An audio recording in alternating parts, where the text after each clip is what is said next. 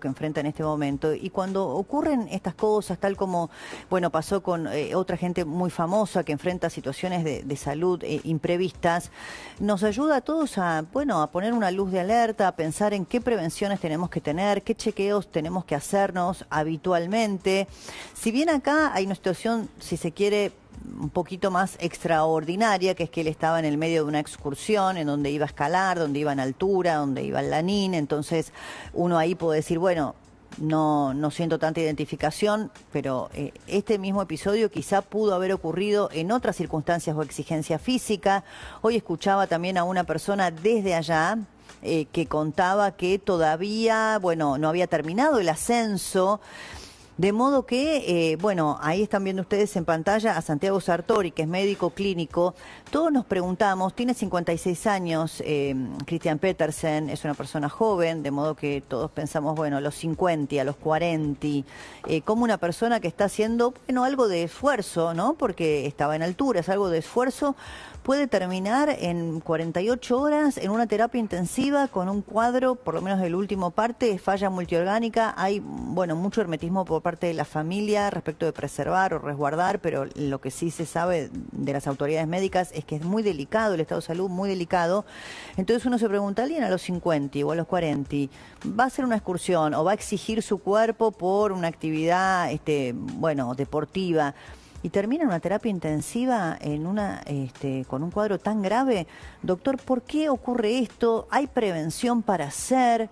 ¿Cómo le va? Gracias por venir. Buenas tardes, Débora. Bueno, en principio, a partir de los 40 años, si uno va a subir a la altura, no es por motivación, sino también tiene que tener las condiciones físicas, orgánicas, como para poder hacerlo. Llámese cardíacas y respiratorias, fundamentalmente.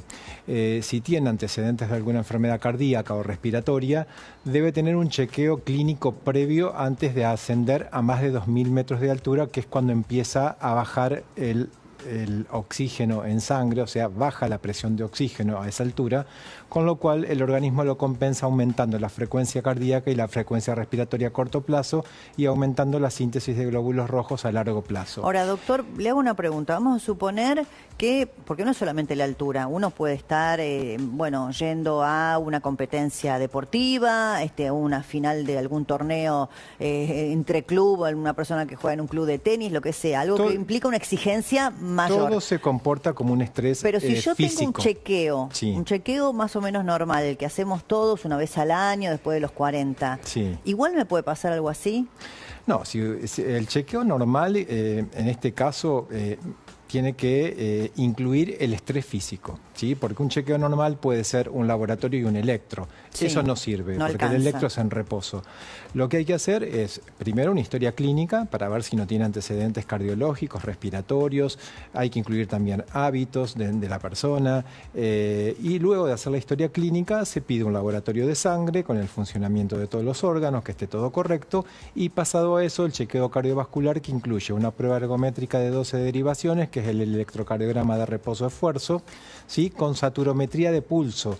Ver en el ejercicio, o sea, cuando la persona se taquicardiza, que llámese el ejercicio estrés físico, o sea, ejercicio al correr un maratón, ejercicio al subir la montaña. Ese es el famoso, perdón, doctor, el electro de esfuerzo, o sea, cuando uno va y lo ponen o en una bici o en una cinta. O en una cinta. Y te colocan los electrodos y un saturómetro, creo que es. Y un saturómetro. Entonces lo que se mide... Y no sé si te toman la presión. Y te toman la presión. ¿Qué es lo que se mide?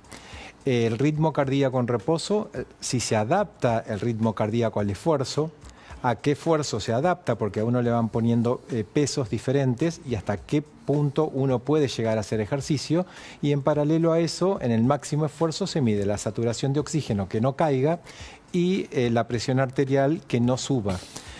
Si todo eso es suficiente, la persona está capacitada para hacer cualquier tipo de actividad de estrés físico. Llámese escalar, llámese maratón, llámese cualquier tipo que incluya el estrés cardiovascular. Evidentemente, bueno, en esta persona no... alguna de estas... no tenía claro, los controles. No estaba... Muchos dicen que lo conocían más, que era una persona que había sido, bueno, toda la vida deportista, que había jugado al rugby de joven.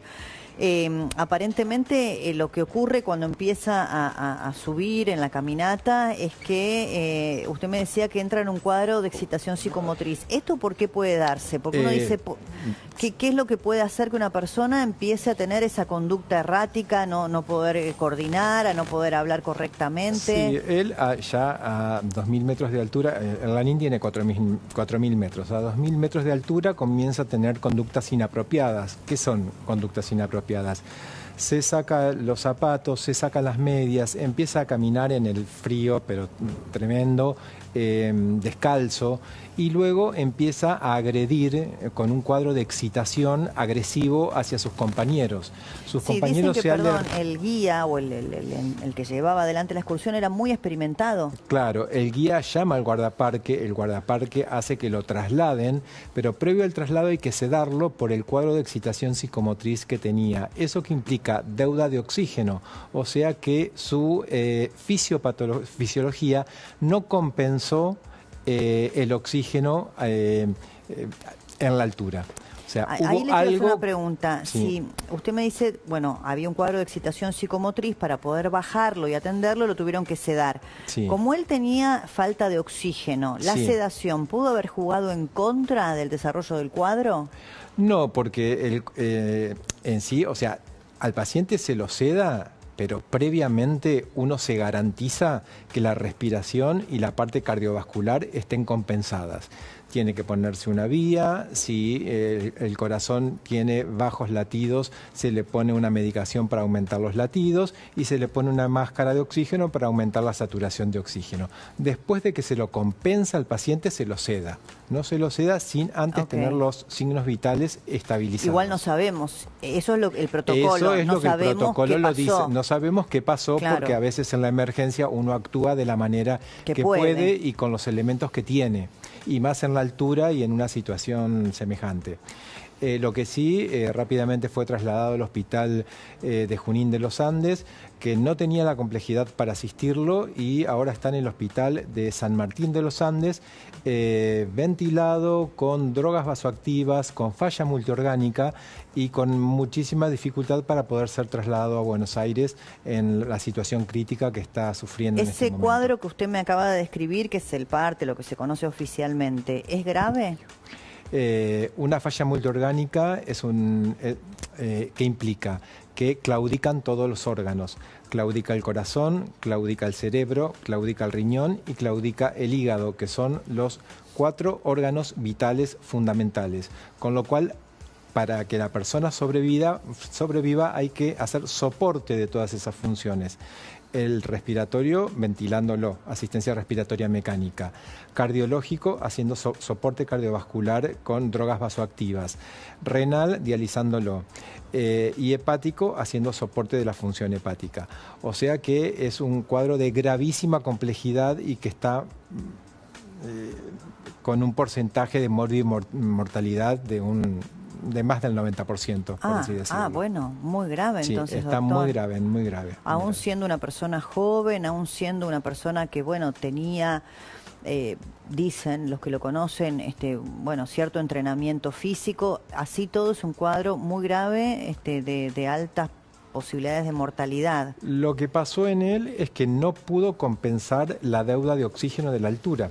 Como decía anteriormente, fisiológicamente una persona que pasó por el chequeo clínico cardiológico respiratorio y que puede subir a la altura, en este caso no pudo compensar con su frecuencia cardíaca y frecuencia respiratoria la deuda de oxígeno, y eso lo hizo entrar en un SIRS, sistema de respuesta inflamatoria sistémica, que seguido a eso va a la falla multiorgánica. Le quería preguntar por esto, porque lo he visto muchas veces en alguna ficción o algún documental que retrata situaciones de riesgo en la altura, o también en el caso de los buzos, ¿no?, que se sumergen a profundidades importantes, que nada puede ser resuelto de manera brusca, es decir, ni bajarlo muy rápido de la altura, ni subirlo muy rápido de la profundidad, claro, porque el organismo no lo resiste, el ¿correcto? organismo necesita... Porque uno dice, bueno, estaba muy rápido en la altura, hay que bajarlo rápidamente. No. Por una cuestión de homeostasis, o sea, de adaptación a los distintos cambios. El organismo no se adapta de un momento al otro a una subida de 2.000 metros ni a una bajada sobre la superficie del mar de 2.000 metros. Eso se debe hacer en forma progresiva, ¿sí? En la subida a la altura, por una cuestión de que la frecuencia respiratoria y cardíaca vayan compensando de a poco, aumentando de a poco, porque si no, bueno, claramente la persona se descompensa, no llega a suplir y se descompensa, ¿sí? Al no aumentar la frecuencia cardíaca como corresponde y la frecuencia respiratoria como corresponde, que entra en deuda de oxígeno. ¿Y la deuda de oxígeno para qué es? Para el cerebro, para el corazón, para el riñón, para el hígado, y ahí los órganos claudican. Ahora, respecto de la prevención, acá estamos hablando solamente de un tema de falta de oxígeno y de un corazón que no resiste. Estamos hablando de un tema de presión también, o sea, una persona que tiene o condición de alta presión o de baja presión también tiene una situación de riesgo. No, porque más que nada la compensación es por la frecuencia cardíaca, es por la función cardiológica, no cardiovascular, sino cardíaca en sí. Que la función cardíaca puede estar deteriorada por múltiples otras causas. O sea, un corazón sano, claro, si uno tiene un corazón sano, esto no ocurre. Un corazón sano, que no tuvo un infarto, que no está dilatado por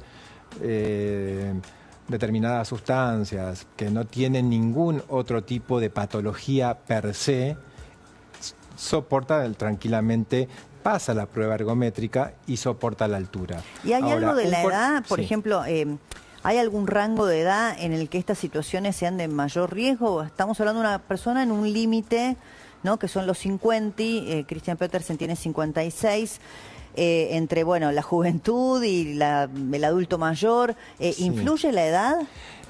No influye la edad. ¿Por qué? Porque en las personas jóvenes pueden tener cardiopatías congénitas y en las personas de a partir de 40 años ya son cardiopatías adquiridas. ¿Sí?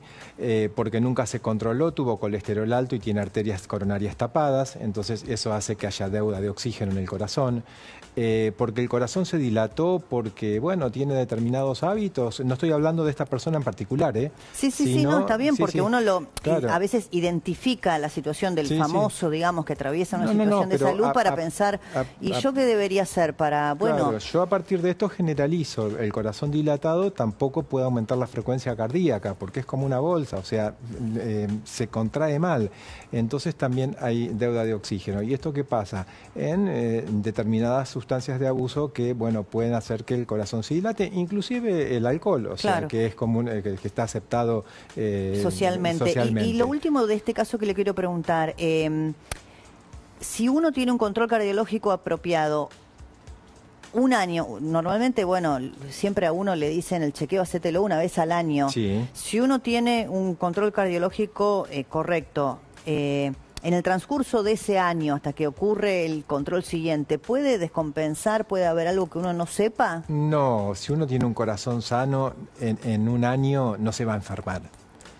Porque uno cuando chequea el corazón, chequea también las arterias carótidas, chequea la aorta, chequea el sistema cardiovascular en general.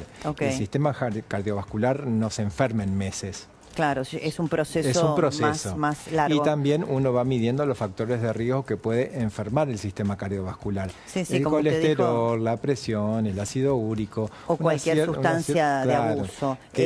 O sustancias de abuso. Sí, claro. Doctor, si usted tiene un minutito más, le pediría que se quede, porque Jan tiene una información, que también, por supuesto, es un tema médico, que está relacionado con la gripe H3N2, que es una variable, una cepa, que hasta ahora no conocíamos y que está generando preocupación. Jan, contame, porque hay una cantidad importante de casos, ¿no? Sí, Débora, se acaba de confirmarlo, así lo comunicó el Instituto Malbrán, también lo refrenda el Ministerio de Salud de la Nación. Los primeros 3 casos en la República Argentina. Argentina es el 4.º país del continente que tiene esta variante circulando en su país después de Perú, Colombia y Chile. Son 2 adolescentes de Santa Cruz y un niño que está internado en la ciudad de Buenos Aires.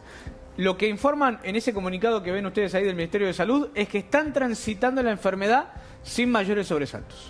Ok, sí, no sé, a ver, nosotros cuando hablamos de cepas de gripe, nos recordamos mucho la H1N1, después, bueno, todo lo que vino derivado de la pandemia, ¿no? Del coronavirus, bueno, todo lo que es vacunación. No sé, esta cepa, la H3N2, si está alcanzada por las campañas de vacunación habituales. Aprovecho que está usted, doctor, si tiene alguna información para ayudarnos a comprender. Se va a incluir en la campaña de vacunación de este año, ¿sí? Que comienza en marzo y finaliza en mayo. Siempre la gripe, o sea, se va estudiando la cepa que puede llegar a venir y ahí se incorpora. Claro, nosotros habitualmente, bueno, yo soy de los que eligen vacunarse contra la gripe todos los años, y a veces te dicen que está la tetravalente, viste que hay distintas alternativas. Sé que nosotros también miramos lo que pasa en el hemisferio norte, ¿no? Respecto de la contratemporada, para ver cuáles son las cepas contra las cuales nos tenemos que vacunar. Bueno, ¿Esta, la H3N2, es nueva? En este caso, por epidemiología y por la dispersión que se está generando en el mundo, se va a incluir para la vacunación antigripal de este año. También se pudo ver que no pasó a ser una gripe de alta complejidad, o sea, en los casos que se reportaron son cuadros gripales habituales, fiebre sin complicaciones, sin neumonías virales, sin neumonías que requieran respiración artificial, en principio. En principio. ¿Sí? Bueno, doctor, muchísimas gracias.